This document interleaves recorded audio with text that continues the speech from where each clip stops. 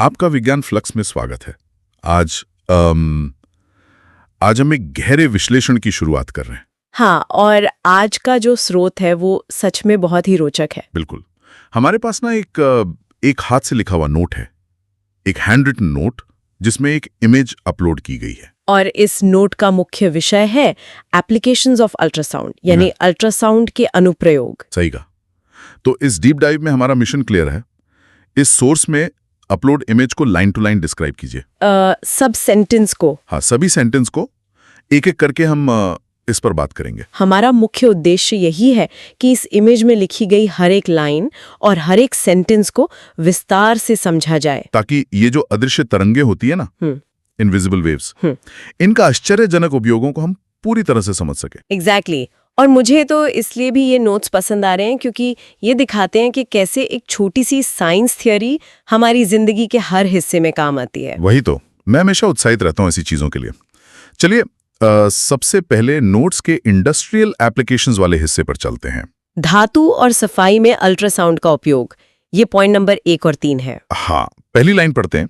इसमें लिखा है कि धातु में दरार का पता लगाना, डिटेक्टिंग क्रैक्स इन मेटल ब्लॉक्स। ये बहुत बड़ा एप्लीकेशन है बड़े उद्योगों में। मतलब अल्ट्रासाउंड का उपयोग मेटल ब्लॉक्स के अंदर छिपी हुई दरारों या डिफेक्ट्स को ढूंढने के लिए किया जाता है, पर वो पता कैसे चलता है? देखिए, मैकेनिज्म नोट में ही समझाया गया है।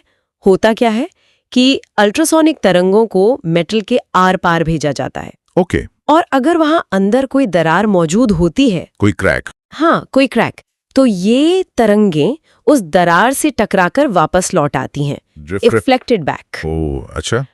तो उन्हें पार नहीं कर पाती। बिल्कुल नहीं। रिफ्लेक्शन के इस सिद्धांत से खराबी की जगह का एकदम ठीक पता चल जाता है। बड़े उद्योगों में सुरक्षा के लिए ये रिफ्लेक्शन का कॉन्सेप्ट बहुत महत्वपूर्ण है। कमाल है, बिना धातु को तोड़े उसके अंदर की खराबी पता चल जाती है। हाँ। अब नोट्स के पॉइंट नंबर 3 पर आते हैं। सफाई के बारे में है ये। Cleaning hard to reach objects, मुश्किल जगहों की सफाई। इसमें उदाहरणों पर ध्यान दीजिए। हाँ, नोट्स में लिखा है स्पाइरल ट्यूब, फिर ऑड शेप्ड पार्ट्स यानी अजीब आकार के पुर्जे, और इलेक्ट्रॉनिक कंपोनेंट्स। सही। इन चीजों को ना साफ करना बहुत मुश्किल होता है नॉर्मल तरीके से, तो इस प्रक्रिया में इन वस्तुओं को एक क्लीनिंग लिक्विड में रखा जाता है, एक साफ करने वाले द्रव्य में। हाँ, और जब अल्ट्रासोनिक तरंगें इस लिक्विड में से गुजरती है ना, तो क्या होता है? तो वो धूल और मिट्टी को एकदम झटका देकर निकाल देती हैं, शेक ऑफ कर देती हैं, जिससे ये अजीब आकार की वस्तुएं पूरी तरह साफ हो जाती हैं। इमेज में एक छोटा सा डायग्राम भी तो बना है इसका। हाँ, ध्यान से देखिए उसे। एक ऑब्जेक्ट लिक्विड में रखा हुआ है और उस पर अल्ट्रासाउंडिक वेव्स गिर रही हैं और धूल हट रही है। डर्ट रिमूव्ड करके लेबल किया है। ये चित्र प्रक्रिया को पूरी तरह से क्लैरिफाई कर देता है। वाकई। अब थोड़ा और आगे बढ़ते हैं मेडिकल मार्वल्स की तरफ। दिल और शरीर के अंदर का नजारा, ये सबसे फैसिनेटिंग हिस्सा है नोट का। पॉइंट नंबर 2 और 4। तो पॉइंट नंबर 2 जो है वो दिल की इमेजिंग के बारे में है।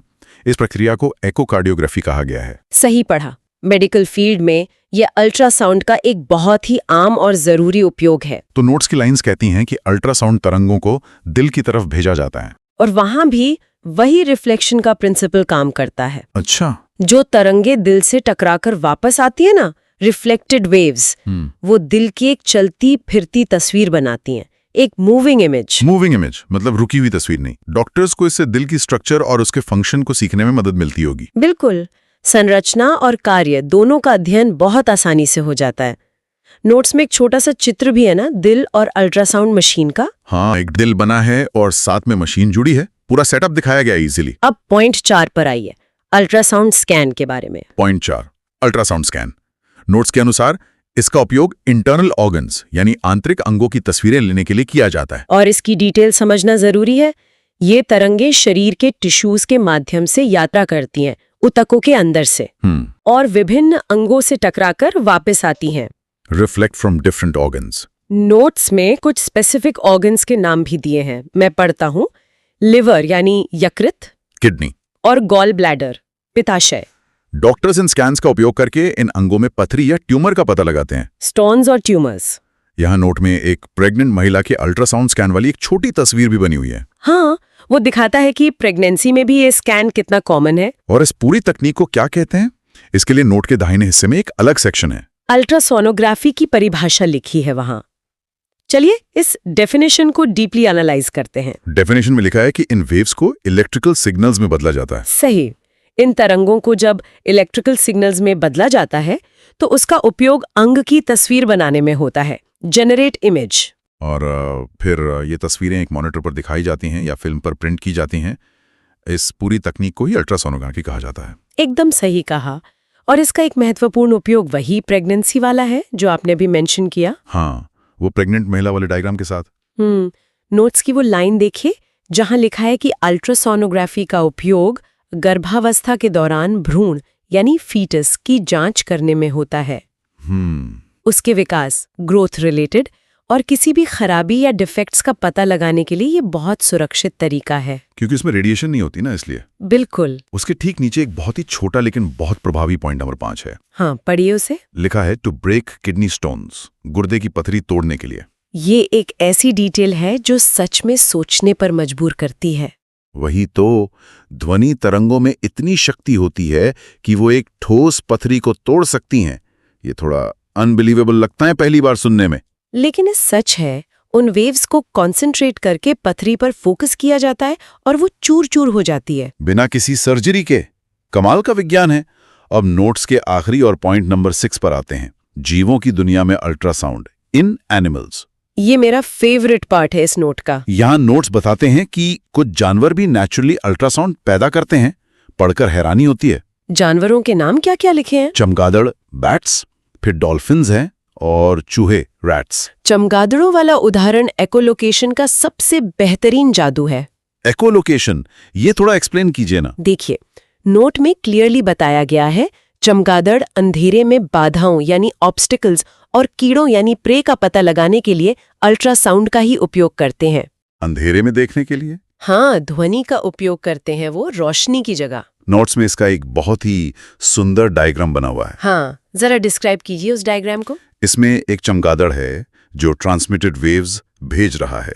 ये वेव्स एक कीड़े से, एक प्रे से टकराती हैं और फिर वहां से लौटने वाली तरंगों को एकोस के रूप में वापस चमगादड़ तक आते हुए दिखाया गया है। वही टकरा कर लौटने वाला सिद्धांत जो धातु और मेडिकल स्कैन में था। सही कहा, सब कुछ आपस में जुड़ा हुआ है। और नोट्स की आखिरी डिटेल भी बहुत दिलचस्प है, चूहों के बारे में। Rat communication? हाँ, चूहे एक दूसरे से संचार करने के लिए अल्ट्रासाउंड पैदा करते हैं। ये आमतौर पर लोगों को नहीं पता होता। मतलब उनकी आपस की बातचीत भी इन्हीं अल्ट्रासाउंड वेव्स में होती है जो हमें सुनाई नहीं देती। बिल्कुल, हम इंसान उन आवृत्तियों को नहीं सुन सकते। तो इस पूरे गहरे विश्लेषण को अगर हम समेटे, हमने इस नोट को लाइन बाय लाइन पढ़ा और समझ आया कि एक ही विज्ञान धातु की दरारें ढूंढने और पुर्जे साफ करने में काम आ रहा है। वही विज्ञान दिल की धड़कन देखने और भ्रूण का विकास जांचने में मदद कर रहा है। यहाँ तक कि चमगादड़ों को अंधेरे में देखने का रास्ता भी यही दे रहा है। एक ही परिघटना के कितने सारे आयाम हैं। वाकई। इस चर्चा को खत्म करने से पहले मैं श्रोताओं के लिए एक सोचने मजबूर करने वाला विचार छोड़ना चाहती हूँ। जरूर, कैसा विचार? जरा सोचें, अगर हमारी आंखें प्रकाश के बदले ध्वनि तरंगों से दुनिया को देख पाती, मतलब लाइट के बजाय साउंड वेव से। हाँ, इकोलोकेशन के माध्यम से, जैसा कि चमगादड़ करते हैं। अगर हम दुनिया ऐसे देखते तो ये दुनिया हमें कितनी अलग और कितनी आश्चर्यजनक नजर आती। ये तो बिल्कुल, मतलब सारा दृष्टिकोण ही बदल जाता। रंगों की जगह हम शेप्स को आवाज से महसूस करते। बिल्कुल, कितनी अलग होती वो दुनिया। बहुत ही गहरा विचार है ये। और इसी विचार के साथ हम इस डीप डाइव को यहीं विराम देते हैं। ऐसे ही रोचक विश्लेषण के साथ आपसे फिर मुलाकात होगी।